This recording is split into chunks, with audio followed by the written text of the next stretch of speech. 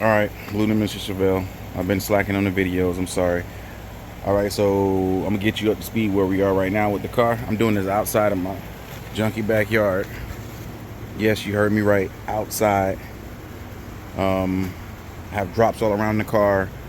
Doing something outside like this is the most important thing you're gonna have to do. Is your battle is gonna be keeping it clean, we already know.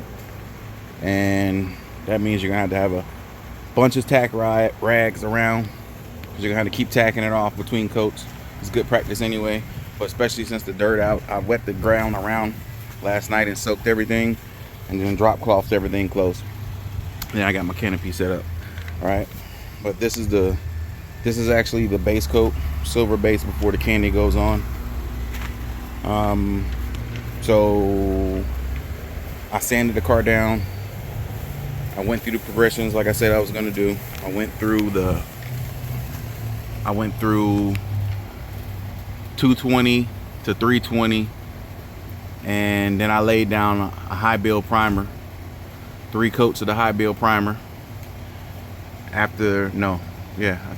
Four coats of the high build primer. After the 4 coats of the high build primer, I wet sanded the high build primer down with 400, and then after the wet sanding it down with the 400, I went ahead and shot my first coat of base coat, which is a light medium coat, and then this is the second coat of base coat, which is more of a medium, and then we're gonna have another coat of base coat, which is gonna be a heavy coat, and then we're gonna have a little,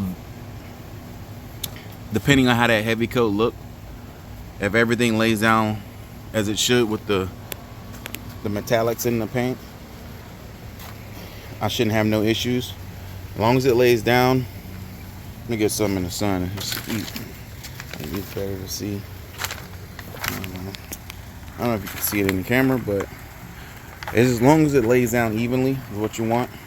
Ain't no striping or anything like that. I got something right here. I'm gonna get that out before I go ahead. So everywhere, mostly I don't really have any issues. This next coat is going to be the coat that I want to try to make sure is perfect. Get that little spot that's in the back, correct that, make sure it's perfect, and then we're going to move on to the candy coat. Candy coat is a very important coat, so no mistakes or minimum mistakes. The dirt, try to keep from dusting up the stuff. When I do my paint, I'm doing it out in this rugged environment right now that is crazy, and I just operate like a ninja. I don't kick up dust. I catch stuff. I make sure that the dog doesn't go out.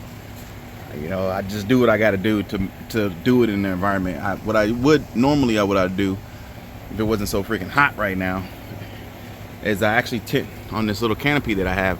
I actually drop white tarps and just box this thing in to make it a booth. But it's just so hot, I don't feel like doing that. I'm just not with it. And since this is not my first rodeo, I'm able to pretty much keep the dust down to the minimum. I got a good breeze of air that comes through here that makes sure that there's not stagnant stuff just floating around and bugs or nothing like that. So the main important part is making sure you wait your flash times between your coats, which is I'm on a flash coat right now, so I'm about to go my 3rd coat. You do your flash times, and you tack it when you need to tack it. And between your flashes, you know you're gonna get you might have some dust or whatever. You just want to tack rag it. You're gonna need a lot of tack rags if you do something like this outdoors. That's would be my main thing. You're gonna have to make sure you keep a clean surface. So, I can see like a little. You can see right there. There's a little dot right there. The guy on it.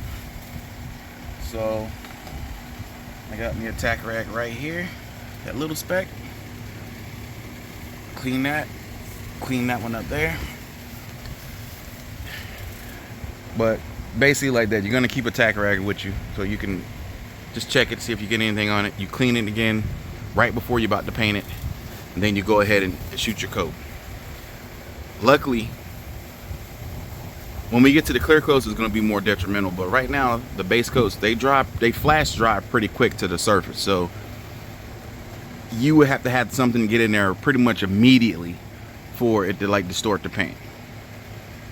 So I'll cut you back on after I'm in the base coat process.